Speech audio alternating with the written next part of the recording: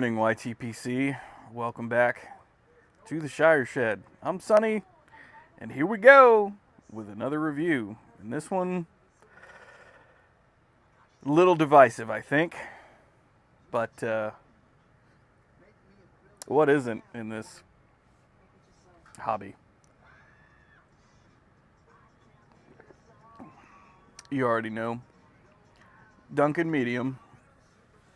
So today, I'm going to be reviewing a blend that in its previous iteration is easily one of my favorite tobaccos of all time. Some of the rumblings I've been hearing about this new iteration leaves a lot to be desired in terms of whether people like it or not. So let's just get right into it. The blend we're going to be reviewing today is Cornell and Diehl Anthology 2023. Let's go ahead and get into the 10 notes here. The written notes, not the smelly notes. Components: 2013 steamed Virginia Red, 2019 North Carolina Reds, 2022 North Carolina Reds, and 2019 Georgia Reds. So, unlike, and you probably already know this, but unlike last year's Anthology, this has zero Perique in it. It is a straight Virginia,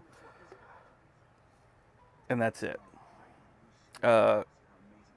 You can imagine my surprise and disappointment given how big a Perique head I am.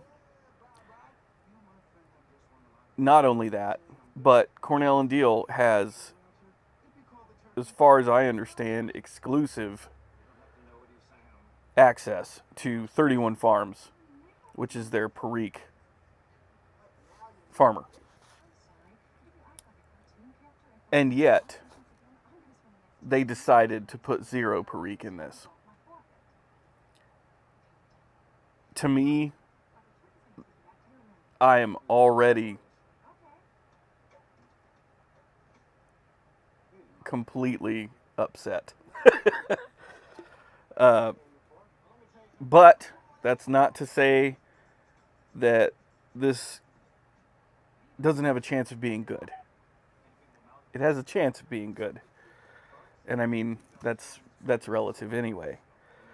But I admittedly am going into this with a little trepidation and a little hesitation for understandable reasons, I think. So, straight Virginia. I'm not a hater of straight Virginias. However, I typically do like when they have Perique in them. So, let's go to actually let's go ahead and light this up. Now, I was advised to dry this out to a crisp, pretty much. Now, I had said that I wasn't going to try this. That's how upset I was. However, about a week or two after it had dropped, I saw that there were still tins available on smoking pipes. And I was like, well, I might as well get some. Again, my expectations are not through the roof. So, I'm going to go ahead and get into it. Let's see what happens. I will be having it in this gorgeous K-Woody billiard with a saddle stem. I can't remember which one this is. This is K-Woody Saxon. I love this pipe. Got it from Gray Woody. Excellent, as always. So let's see what we got. All right. It's interesting. It is definitely interesting. Now, as suspected, it is not Anthology from last year. That said, it's not bad so far. I am very grateful for the advice on drying this out to a crisp before packing and smoking. Um, so thank you, Thaddeus, Sir Starbuckle.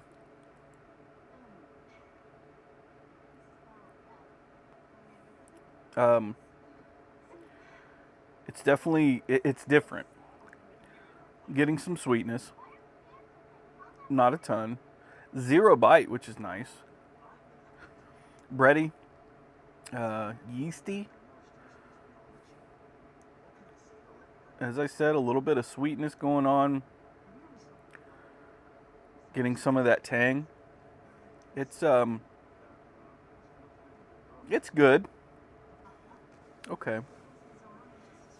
While I let this kind of sink in, let's go to tobacco reviews and see what we got. Anthology 2023 is a celebration and personification of 31 years of passion and expertise. This special edition blend highlights some of our signature techniques paired with some of our favorite components, including 2013 Steam Virginia Red, 2019 and 22 North Carolina Reds, and 2019 Georgia Reds. The result is a unique approach to the Virginia family, delivering a naturally sweet and tangy sourdough profile with notes of earth, crushed allspice, black currant, and rich dark molasses.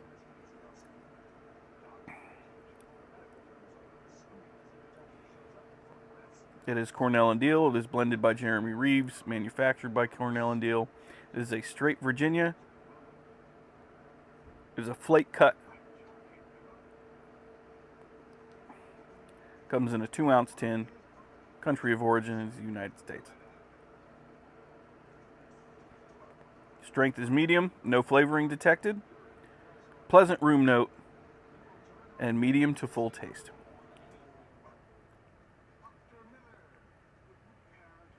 Now, you're likely having the same thought that I did about this one. What makes this any different from just regular Carolina Red Flake? Short answer, honestly, not much. That said, the flavors are deeper and a little more nuanced. There's slightly less tang, which is good. It's good to have options,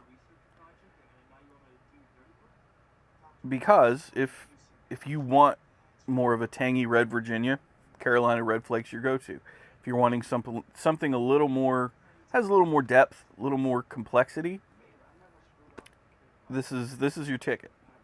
I'm pushing it pretty hard, and it's not biting me at all.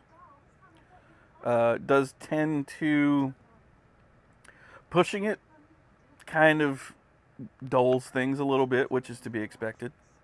I will say, Perique would have made this perfect, which makes me wonder if they're going to re-release this, maybe. If they do it as a re-release, as Anthology with Perique. From a marketing standpoint and from a sales standpoint, that would be a genius idea. But as a consumer, I would kind of hate them a little bit. Be kind of a shitty thing to do, ethically. But as a marketer, if my job was to increase sales as much as possible, that's what I would do. So it honestly wouldn't surprise me if that's what they do in the coming months. That said, it is very good. standing on its own merits, I'd give it a 5 or a 6. Comparing it to last year's Anthology, though, maybe a 1.5. It's certainly not the greatest thing I've ever had. It's okay. Obviously, I would much prefer last year's. If you couldn't tell that by now.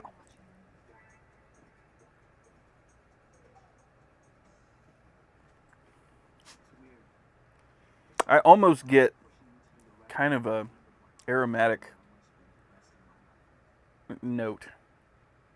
Not a specific aromatic, but kind of a, almost like maybe a vanilla.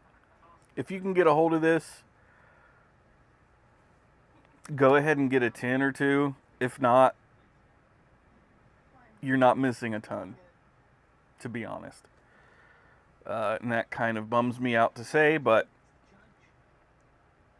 they set the bar too high last year. And honestly, if they would have kind of kept with the same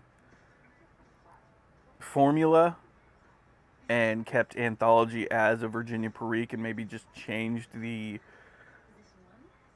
different reds that go into it and made that kind of a yearly release thing, I think it would have been a home run. But this is just leaves a lot to be desired, in my opinion. It's okay. So, I mean, that's really all I can say about it. It's not bad. I don't want to give the impression that I think it's a bad blend. I just think they could have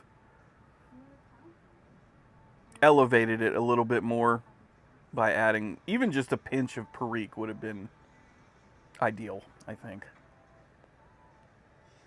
But hey, I don't work for them, and I'm obviously not Jeremy Reeves.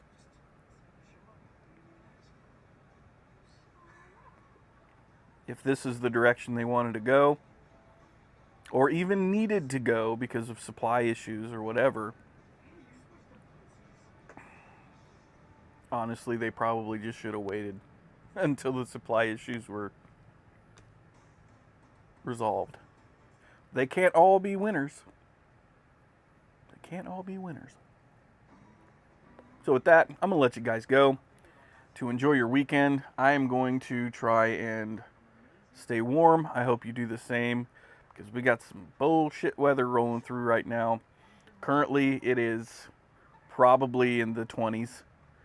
I would say, well, here, let me check the weather. I'll give it a second. It's loading right now. Yeah, so when I woke up this morning, it was 24 degrees. It is now 23 degrees. Balmy 23 degrees Fahrenheit.